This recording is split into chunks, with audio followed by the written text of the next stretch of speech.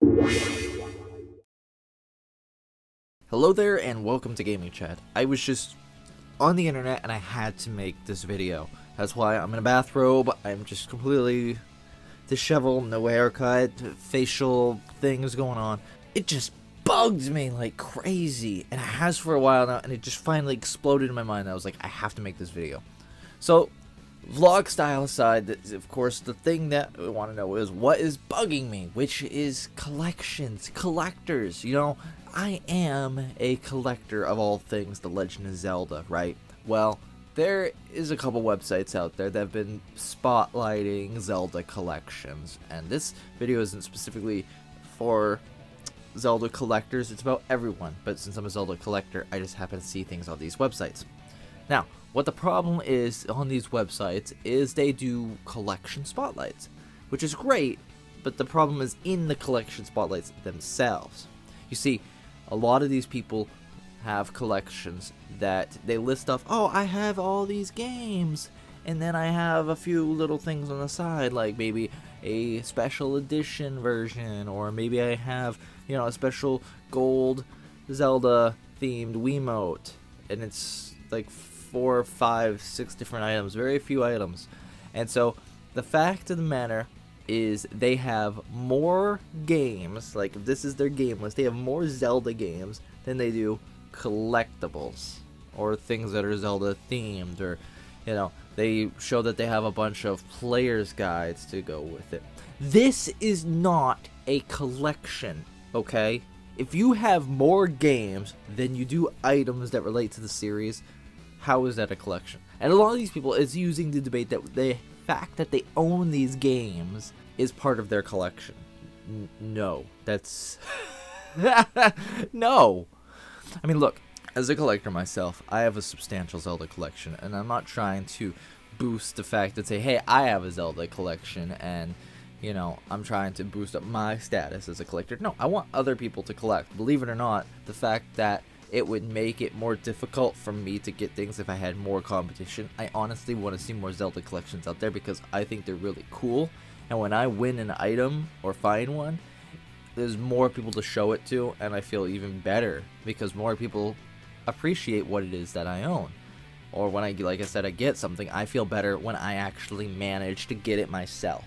But having all these different games that aren't sealed or whatever, that's not collecting. That's just buying a video game and you've got them all as part of a franchise. Like, look, there's like 3 BioShock games or something like that, and if I own each one of those, does that mean I'm a BioShock collector because I have them all to date? No, it means I play the games. It's not really.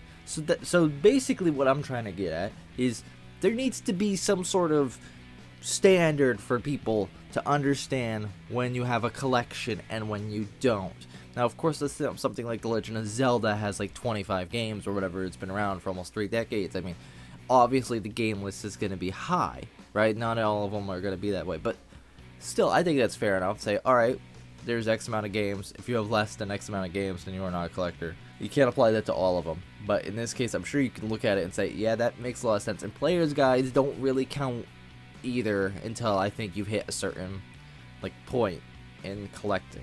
For example, I have very few player guides. I have them from when I naturally grew up. But outside of that, I haven't really bought any. But one that I would like to own more as part of my collection. But if someone just has games and players guides, it's not really a collection on its own. You see what I'm saying? That's just buying them when they came out, or there's no way to prove that you bought them after, you know. So they don't really count unless the games are sealed, because those are expensive. Those are rare. That's something that's an achievement to have. That's something that's worth having. And not everything has to be an achievement either. You could just go to a game store, and if they have a Zelda figure sitting there, buy that. You can add that to your collection. And then you also have to have the difference between being a collector and having a collection. So now we've already established the fact that a lot of people are loosely throwing around collection all the time. You don't have a collection when you're that small, okay? You don't. And then it just blows my mind the number of people that think they have a collection when they don't. They don't even have jack. Like, I could go out there and spend, you know, $200 on well-placed collectibles and have more than they have if you strategically buy the right things and have a larger collection than they did. See the problem? Especially when collections start getting into thousands. No, not everyone will be, but I mean, seriously, think about what your collection worth is, and I think that's another factor, but that's a whole different ballgame. But then you have people who are like, yeah, I'm a collector, I collect stuff, who are being featured maybe on some of these collections or something. Now, I'm not specifically referring to the website anymore. I'm saying my interpretations of things. And so you have people out there that are like, yeah, I'm a collector. It's like, there's a difference between being a collector and having a collection. A collector, in my opinion, is always looking to grow their collection. If you are someone who is sitting there, right now, and you have a collection and you haven't updated it in years, are you really a collector? No, you used to be a collector. Just like, oh yeah, I used to be the big motocross guy who used to do things with, motorcycles, and I would do the tricks and all that stuff. It's been a couple of years. You don't go around telling people, yeah, I'm a motocross guy. No, you say, I used to be. So you have to balance out, are you a collector? Do you have a collection? And then if you are a collector, you should join a collecting community so you can grow your vocabulary and the definitions of those communities. Where it really matters is about what collecting is. What is a collection? Like buying games are not collecting. Okay? It's just buying a game. That's like that's not. Anyway, my mind just hurts knowing that these things exist. And I'm not trying to down these collections that people have. What I'm trying to say is I want people to properly discuss this wonderful section of gaming.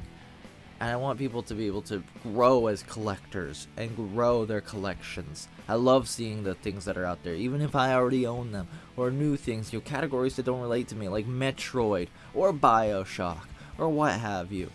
And it's just a wonderful experience to collect things. People have been doing it for years. With the comic books, for example. Anyway, I've been Lake584, and you know what? I'm going to fade out here, and we're going to have the wall of discussion. We're going to have all your comments featured in annotations on this wall of discussion. It's going to be good times. You're going to leave comments.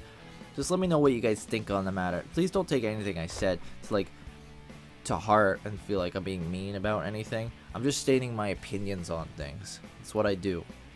And also, excuse the vlogish format of this episode, but I just had to get this out. But you know what? I think that this has been an interesting conversation. Bye, guys.